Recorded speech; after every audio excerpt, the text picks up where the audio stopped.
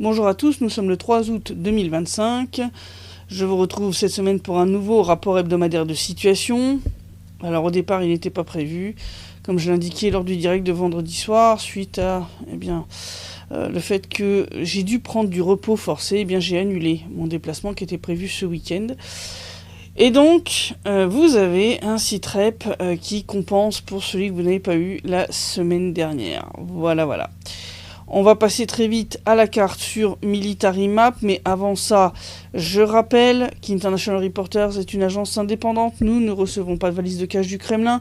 Donc si vous voulez soutenir notre travail, vous pouvez le faire via la plateforme Boosty, via laquelle vous pouvez faire soit un don mensuel, soit un don ponctuel du montant de votre choix, soit vous pouvez le faire via la plateforme Hypoliink, sur laquelle vous pouvez aussi acheter nos photos pour les utiliser pour des présentations, des articles, faire des mugs, faire des livres, ce que vous voulez.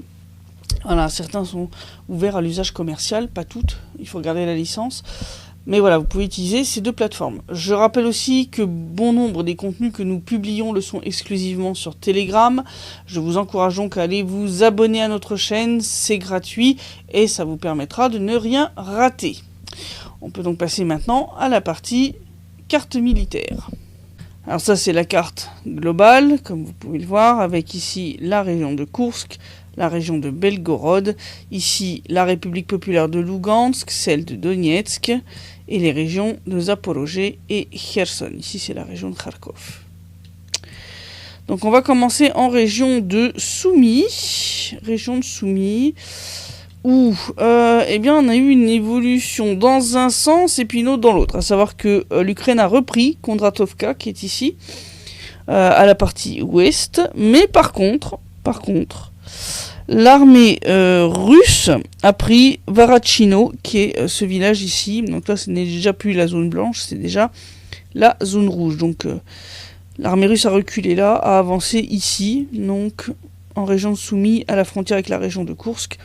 Ça continue d'avancer très lentement.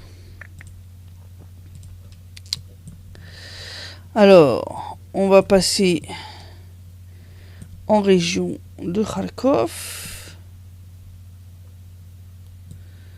Voilà, ici. Voilà. Désolé pour le temps que ça m'a chargé. Alors, comme vous vous souvenez, on avait commencé à créer une zone tampon ici, dans la ville de Volchansk, et ça avait vraiment beaucoup de mal à progresser pendant des mois.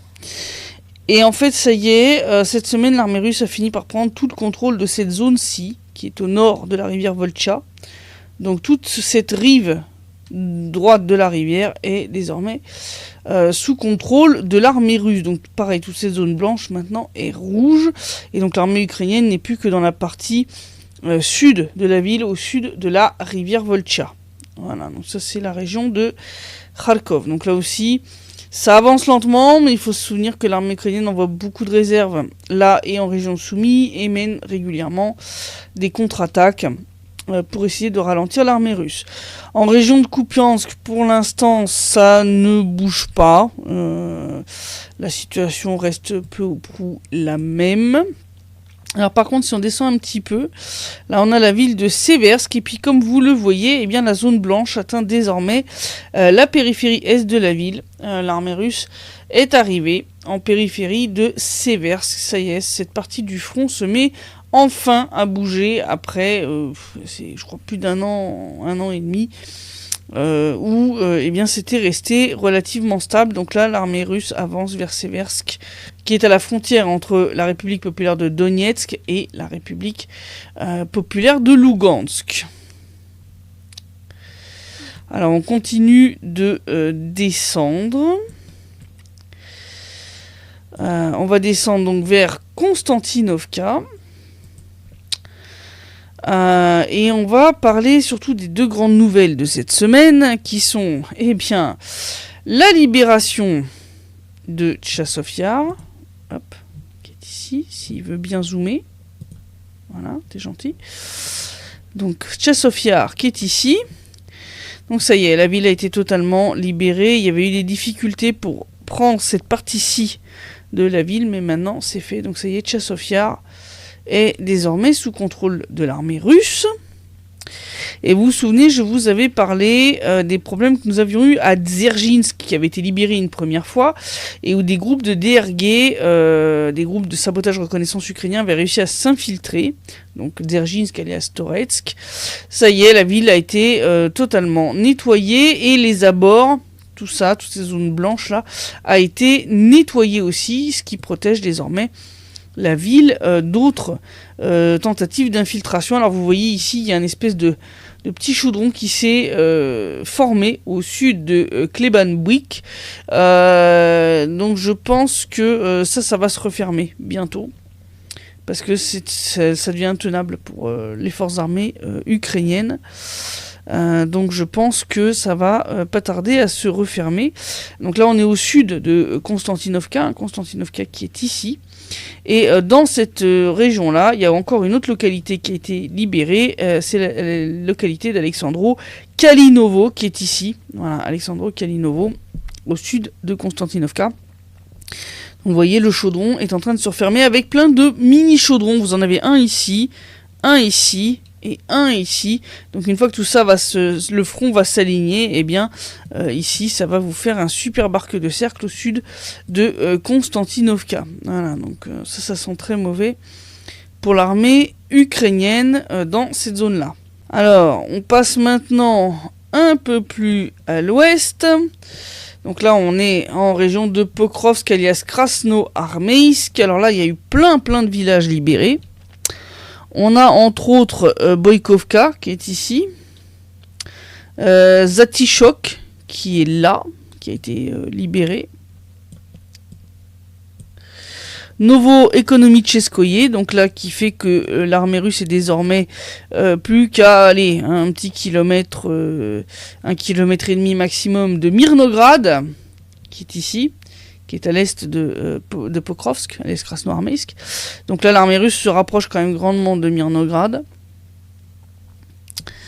L'armée russe a aussi libéré cette semaine, alors là c'est au sud de Pokrovsk, elle a libéré, alors ici c'est le petit village de Belgika, alors il est quasiment pas indiqué, mais il est là. Voilà, c'est ce petit truc là, ce petit hameau. Zverevo, Leontovitch, et donc vous voyez que eh bien la zone blanche maintenant s'étend littéralement à Pokrovsk, alias Krasnoarmeysk. Et oui, après l'infiltration d'un certain nombre de groupes de sabotage reconnaissance russes, et bien ça y est, les troupes régulières de l'armée russe ont commencé à entrer dans le sud de Krasnoarmeysk, mettant en grande difficulté la garnison ukrainienne qui est sur place. Donc ça sent très très mauvais pour l'armée russe. J'ai oublié un village libéré tout à l'heure, Fyodorovka qui est là. Il n'est pas marqué en blanc, mais il a été libéré cette semaine. Voilà. Donc vous voyez que le chaudron au niveau de Krasnoarmeysk est en train tout simplement de se refermer sur la garnison ukrainienne qui se trouve là. Alors, si on descend, on continue à descendre un petit peu à la frontière avec la région entre autres de Dnipropetrovsk, enfin la frontière entre la RPD et la région de Dnipropetrovsk. L'armée russe a libéré le village situé ici de Ziliony Gai. Donc là on se rapproche entre autres d'Ivanovka qui lui est en région de Dnipropetrovsk. Et en région de Dnipropetrovsk même, l'armée russe a libéré le village de Malievka que vous voyez ici, juste à la frontière entre les deux régions. Voilà, ce village-là aussi a été libéré. Donc l'armée russe continue de progresser en région de Dnipropetrovsk. Si on descend un petit peu, donc là on se rapproche de la frontière avec la région de Zaporozhye, le village de Temirovka, donc là qui est en région de Zaporozhye, vous le voyez ici, a été libéré lui aussi par l'armée russe. Donc dans cette région-là aussi, ça avance. Et enfin, je vous avais parlé il y a 2 semaines. Voilà, hop. de la libération de Kamenskoye, eh bien l'armée russe est déjà en train de se battre pour Plavny, qui est ici, et Stepnogorsk, qui est là, un petit peu plus au nord, donc le long de autoroute qui, eh bien comme vous allez le voir en dézoomant, vous mène à Zaporozhye. Voilà, donc l'armée russe n'est plus qu'à une distance assez faible, si on peut appeler ça, pour des, entre autres Zaporozhye sera bientôt à portée d'artillerie en fait de l'armée russe, longue portée. Donc dès qu'on aura pris Plavny, Stepnogorsk, vous voyez après il y a plus trop de villages après, à part Primorskoye, mais en fait s'ils avancent le long de la route, ils peuvent prendre en fait le village en tenaille, c'est-à-dire entre la rivière, entre le Dniepr et la route. Et puis ensuite, bon, vous avez Grigorovka, et puis après, vous voyez, c'est tout droit jusqu'à Zaporozhye, quoi, avec juste des champs. C'est de la steppe, hein. Cet endroit, c'est de la steppe. C'est très très difficile de s'accrocher là. Donc voilà la situation sur le plan militaire. Ouais, je vous remets la carte générale. Voilà. Donc vous voyez, République populaire de Donetsk, elle est libérée déjà à 75% maintenant. Bien sûr, le gros morceau, ça va être Kramatorsk et Slaviansk, ici. Voilà. Alors ce sont des villes importantes, surtout Slaviansk, puisque c'est là que se trouve le robinet pour réouvrir le canal Seversky Donetsk. Actuellement, en République populaire de Donetsk, la situation avec l'eau est devenue très compliquée. On n'a plus de l'eau qu'une fois tous les 3 jours. Les autorités ont pris plein de mesures pour essayer de, entre autres, nettoyer le lit d'un certain nombre de rivières, faire des canaux entre certains réservoirs et d'autres qui se sont vidés, donc remplir certains qui se sont vidés avec de l'eau, d'autres réservoirs qui sont encore remplis. La région de Moscou nous a envoyé plusieurs dizaines de camions-citernes remplis d'eau. Ils sont en train d'installer des grosses citernes d'eau technique un petit peu partout pour essayer d'aider les gens parce que voilà, la situation est devenue assez catastrophique. On a un été très chaud jusqu'à aujourd'hui où il s'est enfin mis à pleuvoir cette nuit. On avait très peu de pluie, ça faisait des semaines qu'on n'avait pas vu de pluie, des températures très élevées, on est monté à 38 degrés, il y a quelques semaines en arrière on était même monté à 40, 42, donc vous imaginez 40, 42 sans précipitation, forcément la situation des rivières et des nappes phréatiques est absolument catastrophique. Donc là on espère qu'on va avoir plusieurs jours de pluie pour essayer de reconstituer un petit peu un certain nombre de réserves, entre autres de bassins de rétention et de réservoirs. On va voir ce que la météo nous réserve, mais pour l'instant c'est la grosse question, la grosse problématique ici. C'est la situation avec l'eau et malheureusement on ne pourra pas la résoudre de manière durable tant qu'on n'aura pas libéré Slaviansk. Je ne vais pas parler plus en détail du raccourcissement de l'ultimatum de Trump, j'en ai parlé longuement avant-hier lors de mon direct, je vous renvoie vers la vidéo en question. C'est ridicule, les rodomontades de Trump suite au poste de Dmitri Medvedev, c'est un troll qui est en train de nourrir un autre troll, ça n'a strictement aucun sens. Donc voilà, donc la situation c'est que l'armée russe continue à avancer partout et que donc les ultimatums de Trump, l'Inde a envoyé bouler les États-Unis, la Chine a envoyé bouler les États-Unis avec leurs menaces de sanctions secondaires.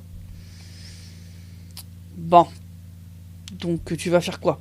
Ça rime à rien. J'ai toujours dit, c'est pas la partie qui gagne la guerre qui doit faire des concessions et qui doit s'asseoir à la table des négociations forcées et contraintes. C'est du délire. Hein, c'est la partie qui perd qui est contrainte à ça, pas l'inverse. Donc oui, je pense qu'à part régler des questions humanitaires, genre échange de prisonniers ou échange de corps, je pense que les négociations entre la Russie et l'Ukraine ne donneront rien de concret avant que, on va dire, l'état de l'armée ukrainienne soit tel que le choix se posera juste entre capitulation inconditionnelle ou négociation forcé avec la Russie, mais je pense qu'ils attendront d'arriver jusqu'au point de non-retour, de catastrophe, avant de réagir, parce que tout simplement, le jour où Zelensky admet la capitulation, il a intérêt à se sauver très très vite de Kiev s'il ne veut pas se faire buter par les néo-nazis ukrainiens. Voilà, voilà. Je vous dis donc à la semaine prochaine pour le prochain Directear Stream le vendredi soir et dimanche pour le prochain rapport hebdomadaire de situation. Et d'ici là, portez-vous bien.